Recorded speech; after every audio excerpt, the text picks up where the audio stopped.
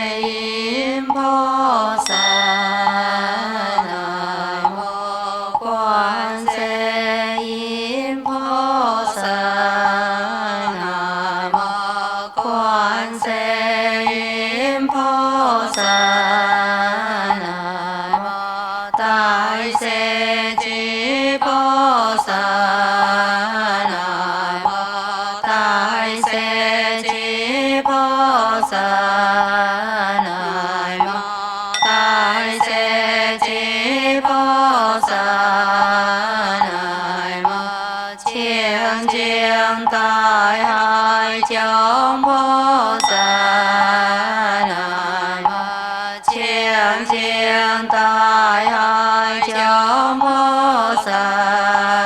nai ma siêng siêng tai hai trong bố sa si phong san se ho mi to te kiều biên tổ chương xiềng vui tia vô trường kia ngõ kim tái cuối sam hôi sam hiệp trôi hoa nhiều chú ho xiên chi sim yong huệ yong quan tông yếm hô liên cam miên suy chỉ yên niệm trường sẽ hong kiềng u miên trái bộ chuyên kiềng muôn cái chiêng chỉ tông xiên kia đỏ co kiềng hô đéo chiêng sổ nhớ hô ta ý xe bố biên hóa nào tỏa mô liêng hoa buồn siêu sẽ quan tỏ chương triển trong quan siêng hồ to ý có nhiều chỉ ngô hoa mù kiêng chiêng ý vô chiêng tông quan trường đi si hong sam se y che hồ y che po sa mo po che po lo mi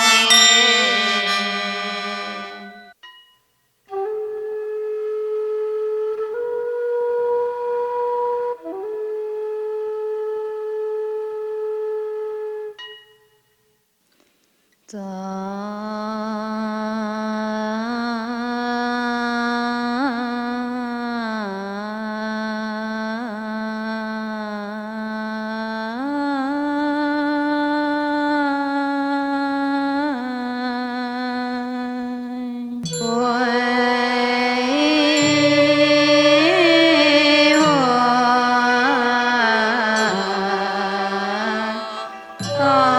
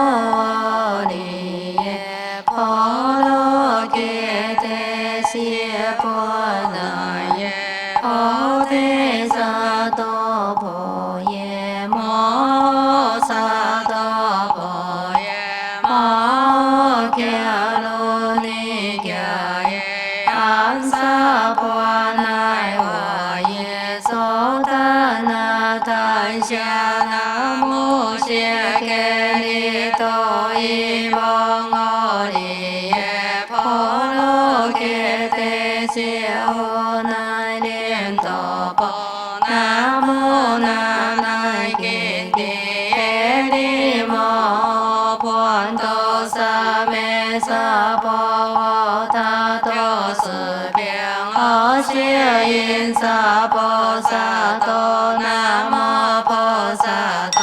南无布提摩诃提达怛侄他玛婆罗耶罗迦帝迦罗帝伊耶利摩诃菩提萨埵萨婆萨婆摩奈摩奈摩耶摩耶利多因基卢基卢揭波多卢多卢瓦夏耶帝摩诃瓦夏耶帝多奈多奈帝利尼揭呼奈耶迦奈迦奈摩摩瓦摩奈摩帝利伊耶伊耶谢那谢那哦奈萨摩夏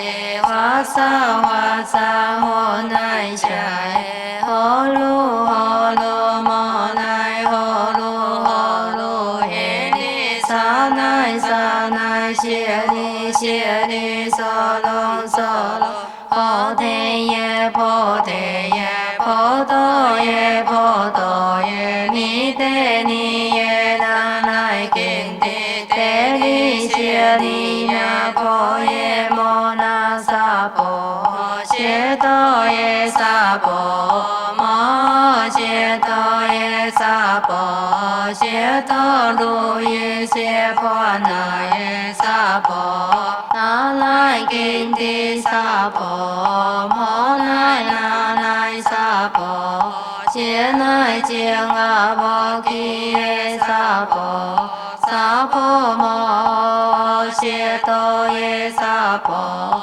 迦给那哟谢多耶萨婆婆多摩给谢多耶萨婆那奈经帝观给那耶萨婆摩婆利现给那耶萨婆南无汉奈达那多那呀耶南无阿利耶婆罗揭帝谢婆那耶萨婆汉谢天达班达拉巴达耶萨婆